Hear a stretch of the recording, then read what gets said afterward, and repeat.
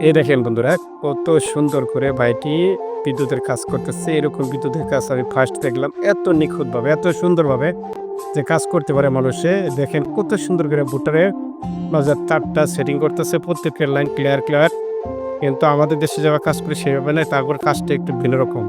ভিডিওটা সম্পূর্ণ দেখেন, দেখলে খুবই ভালো লাগবে।